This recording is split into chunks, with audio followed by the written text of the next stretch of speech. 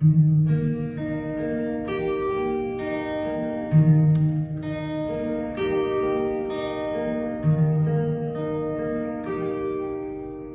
sống cho lời mẹ anh chung chi ly khói vui ông lời thay thi phố xin cho vũ khai ôi nhìn tan xa sông cam go chế quy nhịp kín cho kín cô hiểu cho cháu chiếu cô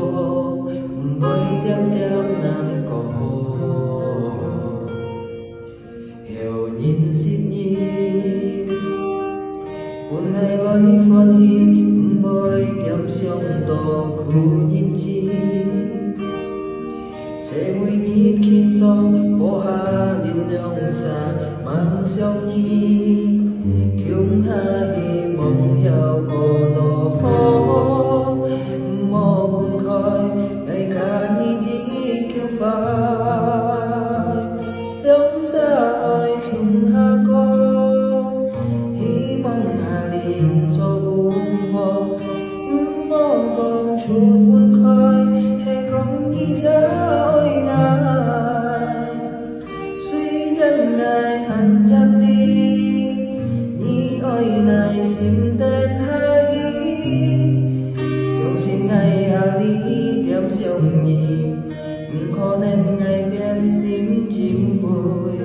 ngày ôi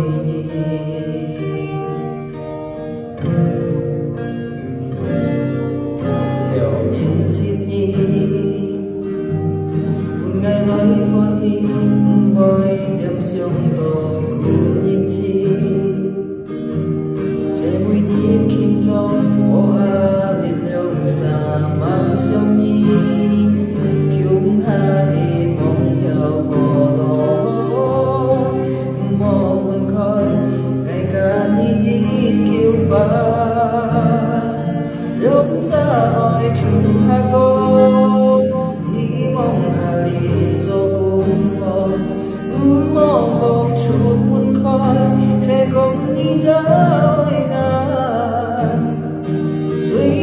ngày ăn chăm đi ôi này xin tên hay trong xin ngày ali đem sông nhị